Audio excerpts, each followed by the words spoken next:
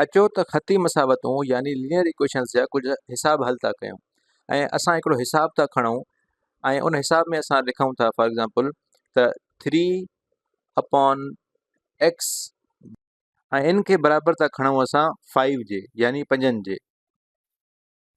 हाणे हिन सवाल में असां वटि थोरी मुश्किल सूरत हाल अची वई आहे। हाणे जेको एक्स आहे असां वटि इहो डिनोमिनेटर में आहे यानी छेद में आहे। हाणे असांखे एक्स जी वैल्यू कढणी आहे। त हिन एक्स जी वैल्यू असां कीअं कढंदासीं? असां वटि या त एक्स मथे हुजे या त असां कॉन्स्टेंट सां डिवाइड या मल्टीप्लाई करे छॾियूं आहे।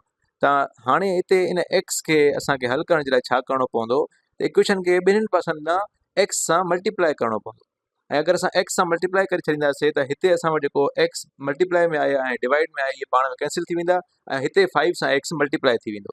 त हाणे हिनखे हल था कयूं त हिते असां वटि जेको आहे उहो छा थींदो एक्स सां कैंसिल थी वेंदो ऐं असां वटि सिर्फ़ु 3 बचंदो ऐं हेॾे असां वटि 5 ऐं एक्स मल्टीप्लाई में 5x थी वेंदा। त इनखे असां ईअं बि लिखी सघूं था त 5x बराबरि आहे 3 जे।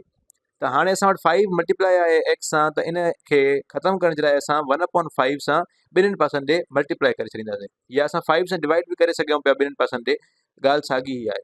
त 1/5 अगरि 5 सां मल्टीप्लाई थींदो त सिर्फ़ु एक्स बचंदो ऐं हिते असां वटि 3/5 थी वेंदो छाकाणि त 3 1/5 सां मल्टीप्लाई में आहे। त असांखे एक्स जी वैल्यू 3/5 मिली वेंदी ऐं असांजी जेका इहा इक्वेशन आहे इहा लेवल 1 या लेवल 2 वारे प्रॉब्लम्स वांगुरु तब्दील थी वई। बसि असांखे सिर्फ़ु एक्स मल्टीप्लाई में रखिणो हुयो त जीअं उहो डिनोमिनेटर मां न्यूमरेटर में अची वञे ऐं असांखे एक्स जी वैल्यू आसानी सां मिली वञे। हाणे अचो त हिकिड़ो ॿियो प्रॉब्लम था कयूं।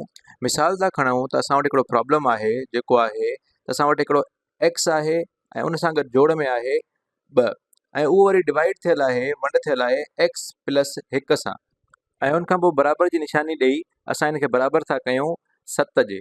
हाणे असां वटि हिकिड़ी इक्वेशन ठही वई आहे ऐं इन इक्वेशन में असां वटि जेको सिर्फ़ु एक्स डिवाइड में न आहे पर एक्स प्लस 1 हिकिड़ो पूरो जो पूरो एक्सप्रेशन डिवाइड में आहे।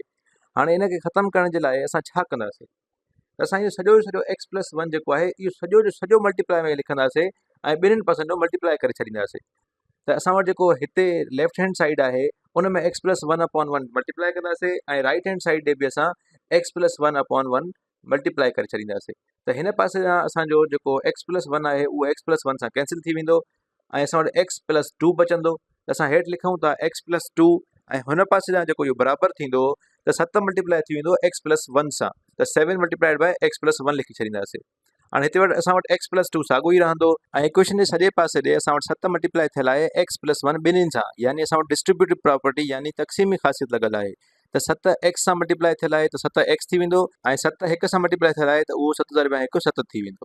हाणे असां वटि हिकिड़ी इक्वेशन ठही वई आहे जेका लेवल 2 वारी इक्वेशन्स वांगुरु आहे ऐं इनखे हल करण जे लाइ असां छा कंदा आहियूं असां वेरिएबल्स खे हिक पासे वठी वेंदा आहियूं ऐं कॉन्स्टेंट्स खे ॿिए पासे वठी वेंदा आहियूं त जीअं असां वटि वेरिएबल्स जी वैल्यू निकिरी वञे। त हाणे मां जेको 7 एक्स आहे इनखे ख़तमु करण जी कोशिशि कयां थो। हाणे इनखे ख़तमु करण जे लाइ असांखे छा करिणो पवंदो असांखे ॿिन्हिनि पासनि ॾे जेको 7 एक्स आहे उहो माइनस में जोड़ करिणो पवंदो मतिलबु माइनस करिणो पवंदो ऐं अगरि असां ॿिन्हिनि पासनि ॾे 7 एक्स कटे छॾींदासीं त असां right hand side 7 x plus जो ऐं माइनस जो कैंसिल थी वेंदा ऐं हिन पासे ॾे असां वटि माइनस 7 एक्स ऐं प्लस एक्स त मतिलबु 7 एक्स मां हिकिड़ो एक्स कट थींदो जेको बचंदो असां वटि माइनस जा 6 एक्स ऐं प्लस जो 2 असां वटि ओड़ो जो ओड़ो ई रहंदो ऐं हिन पासे असां वटि सिर्फ़ु जोड़ जो 7 बचंदो। त हाणे असां वटि 2 आहे ऐं 2 अगरि असां हिन में ख़तमु करणु चाहियूं था इक्वेशन में त ॿिन्हिनि पासे जो कट कंदासीं 2 त प्लस जो 2 ऐं माइनस जो 2 ख़तमु थी वेंदो ऐं माइनस जा 6 एक्स बचंदा ऐं 7 मूं अगरि असां 2 कटींदासीं त असां वटि 5 बचंदो त माइनस 6 एक्स बराबरि थींदो 5 जे। हाणे हिनखे माइनस 6 खे अगरि ख़तमु करिणो आहे त असां -1/6 ॿिन्हिनि पासनि ॾे मल्टीप्लाई करे सघूं था ऐं अगरि असां -1/6 ॿिन्हिनि पासनि ॾे मल्टीप्लाई कंदासीं त असां वटि एक्स जेको आहे उहो धार थी वेंदो अलॻि थी वेंदो। त ॿिन्हिनि पासनि ॾे -1/6 मल्टीप्लाई था कयूं ऐं हेॾे -1/6 ऐं प्लस जो 1/6 पाण में मल्टीप्लाई थी करे कैंसिल थी वेंदा ऐं सिर्फ़ु हिकु बचंदो त असां वटि 1 मल्टीप्लाई बाय एक्स बचंदो ऐं इक्वेशन जे सॼे पासे ॾे 5 खे अगरि असां -1/6 सां मल्टीप्लाई कयूं त असां वटि -5/6 बचंदो। त मतिलबु असां वटि एक्स जी जेका वैल्यू आहे उहा -5/6 निकिरंदी ऐं अगरि असां चेक करणु चाहियूं त असां हिनखे -5/6 खे ओरिजिनल इक्वेशन में पुट करे चेक करे सघूं था त एक्स सही आहे या न। हाणे अचो त हिकिड़ो ॿियो हिसाबु करे था ॾिसूं। हाणे असां हिकिड़ो ॿियो हिसाबु था खणूं जंहिंमें असां तब्दील थींदड़ यानी वेरिएबल खे इक्वेशन जे ॿिन्हिनि पासनि ॾे डिनोमिनेटर में था रखूं त हिकिड़े पासे असां खणूं था 3/x + 5 ऐं इनखे असां बराबरि था कयूं 8/x + 2 जे।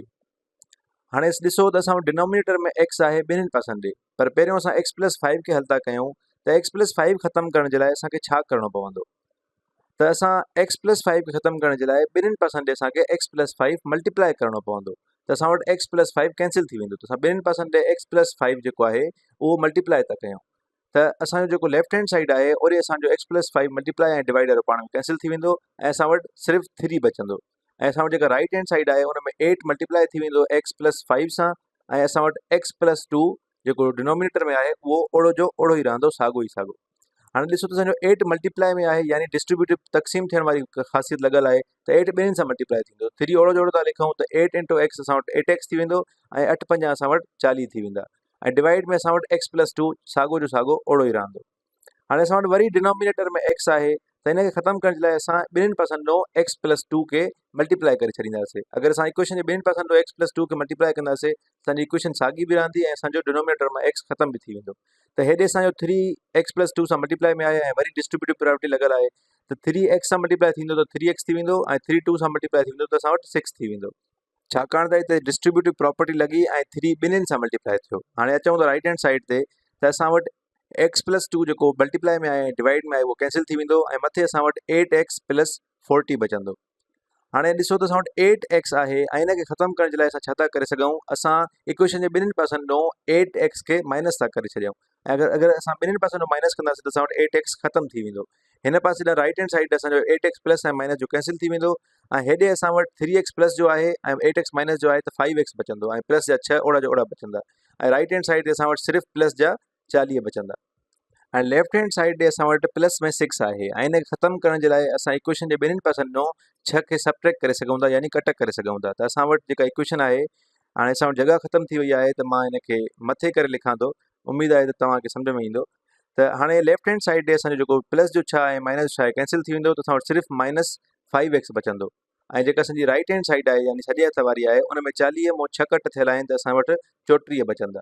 हाणे x खे अकेलो करण जे लाइ असांखे -1/5 सां मल्टीप्लाए करणो पवंदो, जीअं -5 कैंसिल थी वञे ऐं असां इक्वेशन जे ॿिन्हिनि पासनि ॾों -1/5 मल्टीप्लाए करे छॾींदासीं।